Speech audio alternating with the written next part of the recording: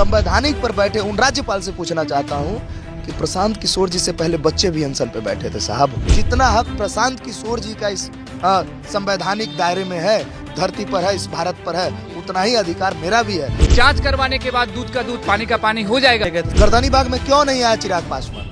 Media जीवी क्यों बन रहा है चिराग पासवान? मैं पूछना चाहता हूँ कि प्रशांत किशोर जी क्यों, सिर्फ पप्पू यादव ही क्यों, सिर्फ तेजस्वी यादव ही क्यों हुए? राज्यपाल से हम लोग मिले, करीबन 40 मिनट्स हमारी बात हुई।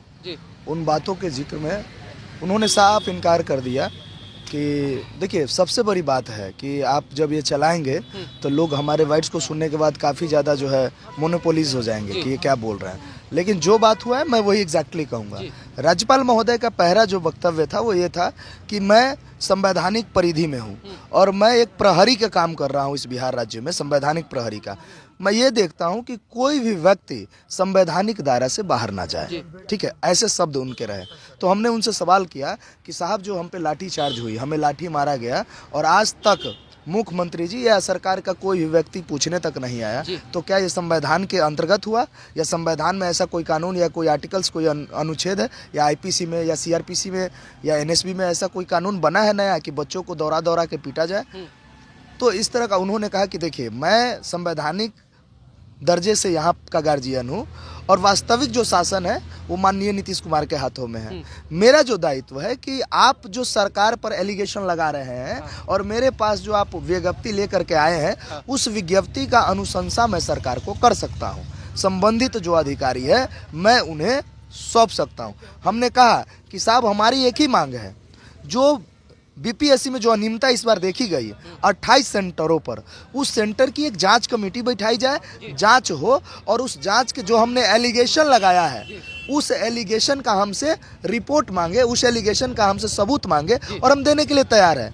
हम बस एक जांच कमेटी की मांग कर रहे हैं। लेकिन राज्यपाल ने इन बातों के बीच में कई रहेगा, आप लोग राजभवन में राज्यपाल से मिले, लगातार इतने दिनों से आप लोग धरना दे रहे हैं, कई टीचर जो हैं आप लोग के समर्थन में आए, प्रशांत किशोर समर्थन में आए, पप्पू यादव समर्थन में आए, लेकिन नतीजा तो कुछ निकला ना। नया साल आप लोग का गर्दनी बाग में, मकर संक्रांति आपका गर्दनी बाग में, किस उम्मीद में आप बैठे हुए हैं? मैं वही बात आपको कहना, मैं पहले वाला पॉइंट कंप्लीट कर दूं, मैं दूसरे सवाल का आपको जवाब दे दूंगा।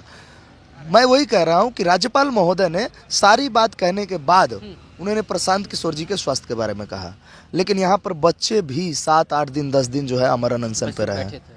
उस समय जो राज्यपाल महोदय थे उनको ये तक नहीं दिखी कि बच्चे भी रोड पे हैं। उन्हें बुला करके एक बार बुला ले और उनसे पूछे कि ये बच्चे कब अनशन तोड़ेंगे। हाँ, लेकिन एक राजनीतिक व्यक्ति, मैं बहुत मानता हूँ कि प्रशांत किशोर जी ने एक अभिभावक के तौर पर सबसे ज़्यादा अग्रणी भूमिका निभाया, मैं सैल्यूट करता हूँ उनको। लेकिन मैं उसी के इतर जाकर के संवैधानिक पर बैठे उन राज्यपाल से पूछना चाहता हूँ कि प्रशांत किशोर जी से पहले बच्चे भी अनशन पे बैठे थे साहब, 7 बच्चे, लेकिन उनसे आप एक बार भी नहीं पूछने आए। लेकिन एक बड़ा व्यक्ति, एक राजनीतिक व्यक्ति अगर अनशन पर बैठा है तो उनके इंटरनल ऑर्गन डैमेज हो रहा है, लेकिन इनके इंटरनल ऑर्गन डैमेज नहीं हो रहे थे क्या? तो मैं बस, ये जो भेदभाव है, भेदभाव नहीं होना चाहिए। जितना हक प्रशांत किशोर जी का इस संवैधानिक दायरे में है, धरती पर है, इस भारत पर है, उतना ही अधिकार मेरा भी है, उतना ही अधिकार आपका भी है। तो मैं बस इतना कहना चाहता हूँ कि क्यों इस तरह किया जा रहा है। हमारी मांग री एग्जाम है और हमने जो हाई कोर्ट में पिटीशन डाली है, अगर मान लीजिए आर्टिकल 226 के तहत जो हमारी पिटीशन है, अगर उस पर कोई निर्णय नहीं निकलता है तो हम लोग 32 के तहत सुप्रीम कोर्ट की तरफ मूव करेंगे।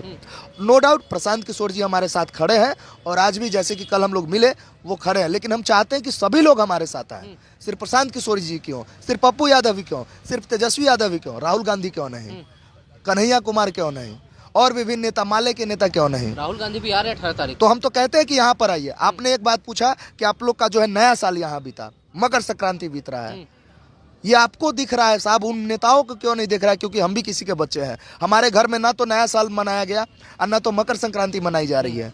हमारी मम्मी कॉल कर रही है, जब बच्चे ही नहीं है तो नया साल की किस बात की खुशी, मकर संक्रांति किस बात की खुशी?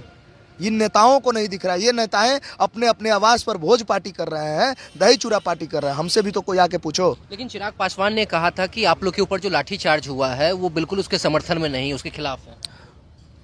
सही बात, अगर खिलाफ है, मैं कहता हूं चिराग पासवान जी से कि आपको सत नमन है सर। अगर आप उसके खिलाफ नहीं है तो आप आज तक यहाँ क्यों नहीं आए? गर्दनी बाग में क्यों नहीं आया चिराग पासवान? मीडिया जीवी क्यों बन रहा है चिराग पासवान? मैं पूछना चाहता हूँ, हर उस नेता से मैं पूछना चाहता हूँ जो आज तक गर्दनीबाग नहीं आए। कहाँ है आप? 5-5 सांसद हमने आपको दिया है, किस लिए दिया है? सिर्फ ये कहने के लिए कि मैं समर्थन में नहीं हूँ? मैं तो कहता हूँ सरकार में बैठे हर उन लोगों ने हमें पिटवाया है, हमें मरवाया है। क्योंकि जब भूमिका बांधी जाए तो सरकार में हर व्यक्ति पर लांछन लगे कि वो बच्चों को पीटा है, चाहे वो नीतीश कुमार हो, चाहे वो जीतन राम मांझी हो, चाहे वो चिराग पासवान हो, चाहे वो उपेंद्र कुशवाहा हो, चाहे वो बीजेपी की सरकार हो, चाहे वो मोदी जी हो, कोई भी हो, चाहे वो सम्राट चौधरी हो, विजय सिन्हा जी हो। मैं हर उन व्यक्ति को गुनहगार मानता हूँ सरकार में बैठे लोग जो हमारी आवाज़ सुन करके यहाँ तक आज तक नहीं आए। विजय सिन्हा कल दही पार्टी कर रहे थे, चूड़ा पार्टी कर रहे थे। साहब हम आपके बच्चे हैं, आप बता दीजिए ना साहब, कितने नेताओं के बच्चे ने आंदोलन किया है? एक भी नेता के बच्चों के बारे में बता दीजिए।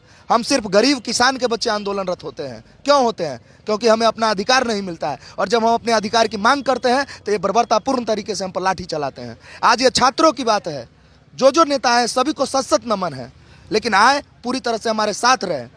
आज मैं कहता हूँ, एक प्रशांत किशोर जी क्यों ही हमारा अनशन पे बैठे हुए? सभी नेता हमारे साथ आए बैठे, सरकार में बैठे आए लोग बैठे, सभी लोग बैठे। मैं तो उम्मीद करता हूँ कि सरकार में बैठे नुमाइंदगार हमसे मिले और हमारी बात को सुने। अगर नहीं सुनती है तो इतना मैं साफ कहता हूँ कि 2025 में किसका सरकार होगा ये तो हम नहीं कह सकते हैं, लेकिन किसका सरकार नहीं होगा ये छात्र तय कर देगा। मैं बता देना। बताइए कि जो लीगल नोटिस भेजा जा रहा है उसे कैसे देख रहे हैं? देखिए सर, लीगल नोटिस उन्हीं लोग को भेजा जा रहा है जो हमारे सपोर्ट में है। जो शिक्षक हमारे सपोर्ट में है उनको लीगल नोटिस भेजकर उनको एक कड़ी से बांध देने का प्रयास कर रहे हैं, डराने की कोशिश की। हाँ, उनको जो भी है लीगल नोटिस डराने का प्रयास कहो या उनको बांधने का प्रयास करो कि हम लोगों के सपोर्ट में नहीं उतरे।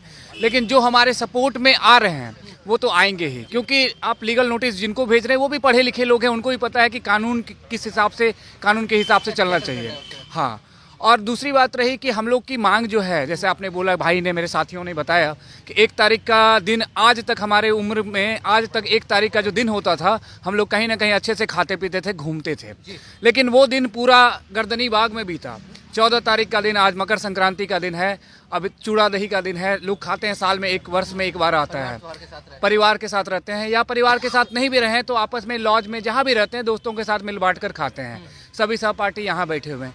तो आप ये बताओ कि यही हमारी बिहार की भूमि है जहाँ बच्चे, जिनके सेलिब्रेशन का टाइम हो, जहाँ एक त्योहार का मौसम हो, उसमें आप उनका साथ ना देकर आप उनसे हाल चाल भी पूछने नहीं आते हैं। हमने तो कुछ ऐसा बड़ा मांग नहीं रखा है। हमने तो यही कहा कि जो भी चीज़ें हुई है साहब, उनकी आप निष्पक्ष जांच करवा लीजिए। जांच करवाने के बाद दूध का दूध, पानी का पानी हो जाएगा, और हम भी उस जांच को मानेंगे, जरूर मानेंगे। तो एक प्रॉपर जांच करवाइए, निसंदेह हम लोग उस जांच को मानेंगे, और सरकार से ये विनती करते हैं कि सरकार हमारे पक्ष में बात रखिए और हमारी मांग को पूरा करिए।